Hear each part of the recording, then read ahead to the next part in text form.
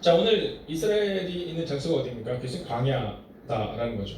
이 광야의 한복판에서 오늘 하나님이 말씀하시고 있는 겁니다.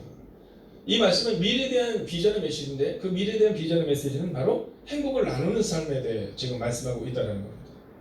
사실 이 광야에 있는 이 이스라엘 백성들은 나눌 만한 것이 별로 없었습니다. 여러분, 그들 가운데 있어서 그들이 뭔가를 얻어서 구해서 이렇게 나눠줄 수 있는 삶이 아니라 그저 하루하루 하늘에서 만나가 내리고 메추라가 내리면 그것을 함께 먹는 것 외에는 그들이 나눌 수 있는 삶이 없었습니다.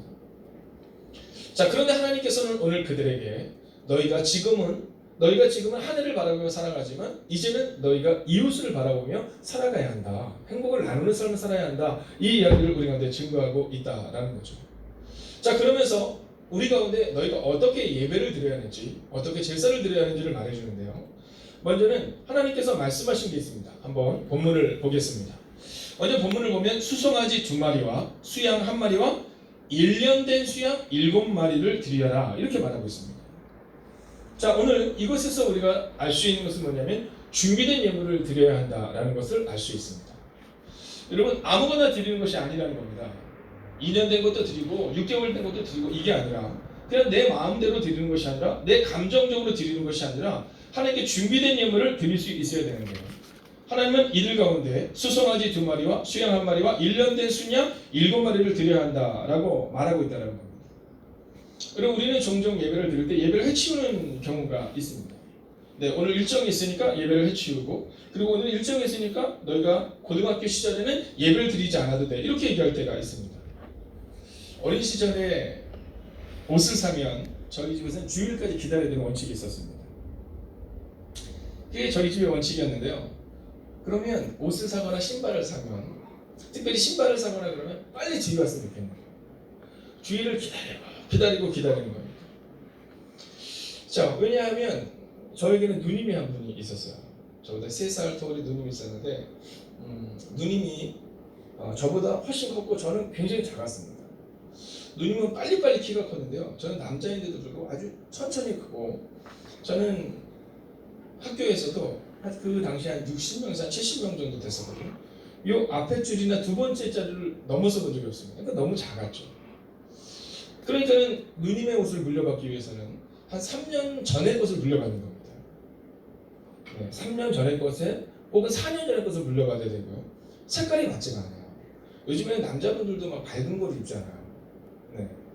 제가 이렇게 어떤 분들이 그러시죠. 목사님은 늘 이렇게 어두운 색을 입는다는데 그게 트라우마가 아닐까 하는 생각을 가지고도 합니다.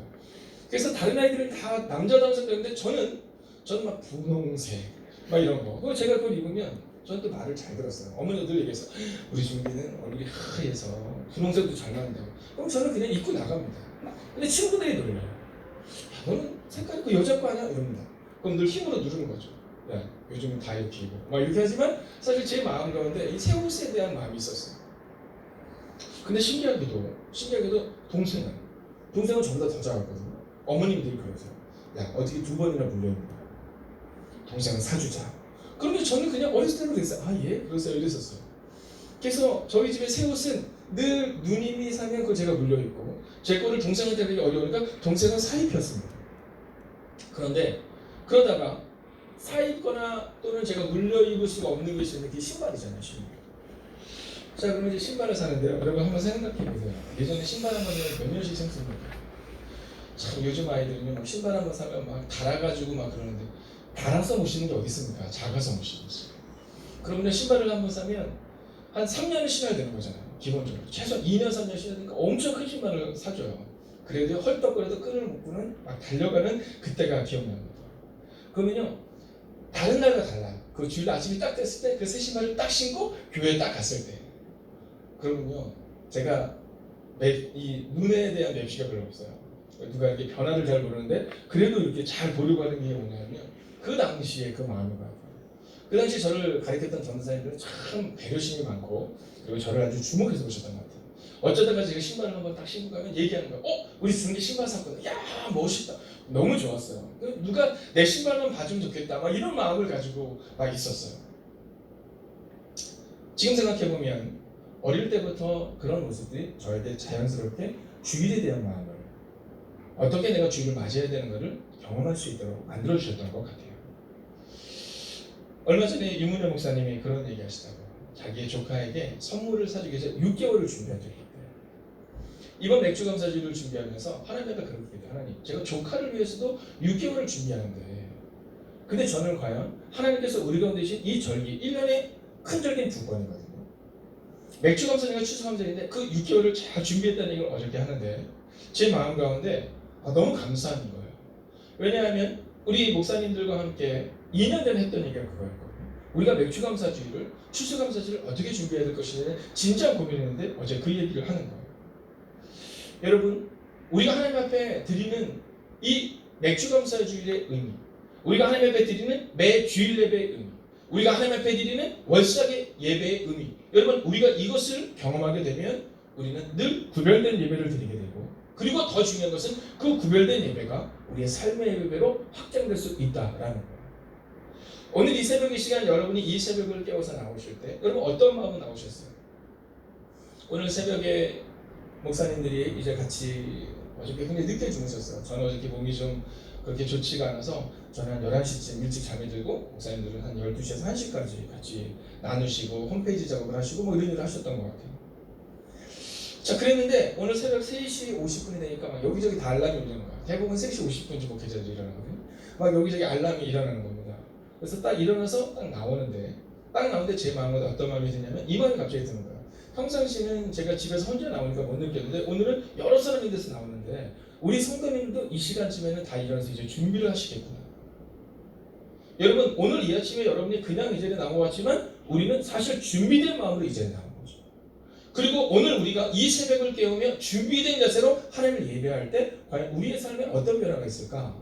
여러분 그 변화에 대한 기대감을 가지고 오늘을 살아내고 그리고 우리의 마음 가운데 그 마음을 가지고 매일을 살아낼 수 있어야 한다라는 겁니다. 아멘.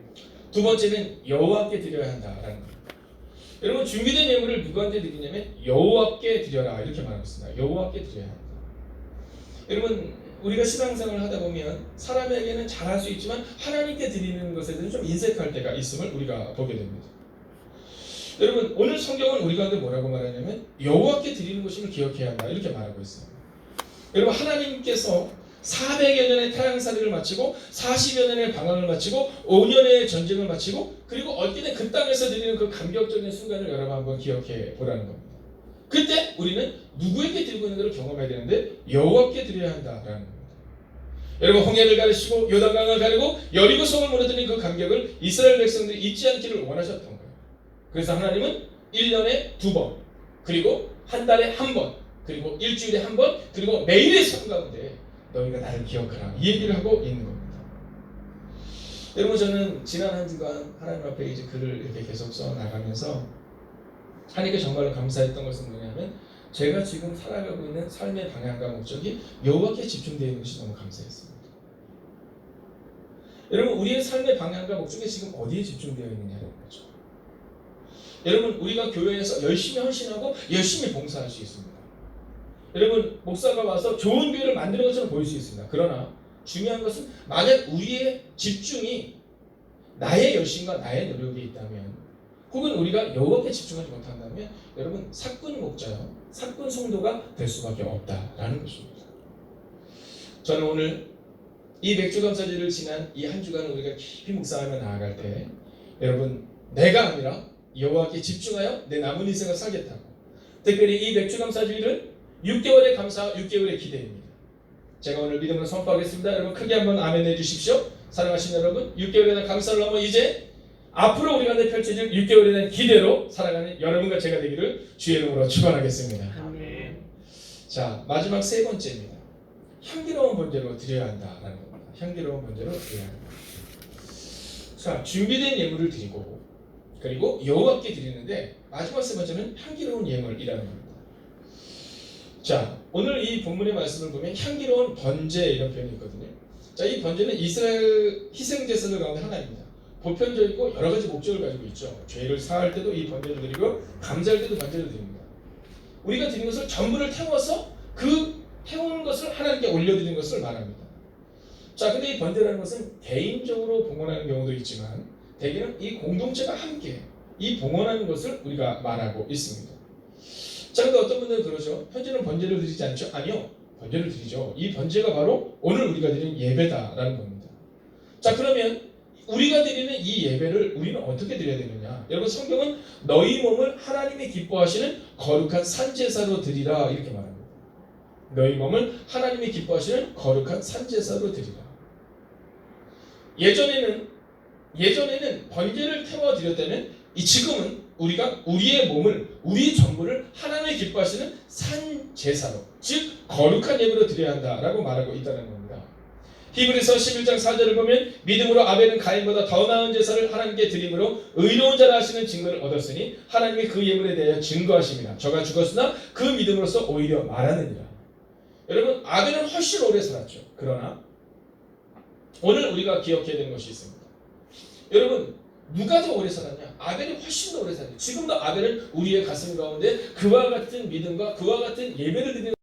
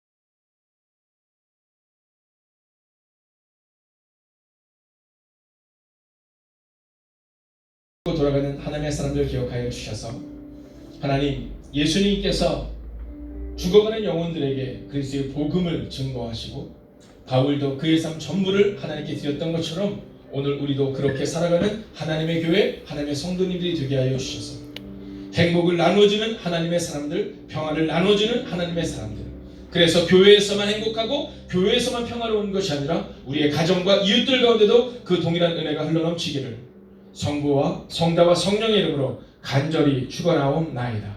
아멘.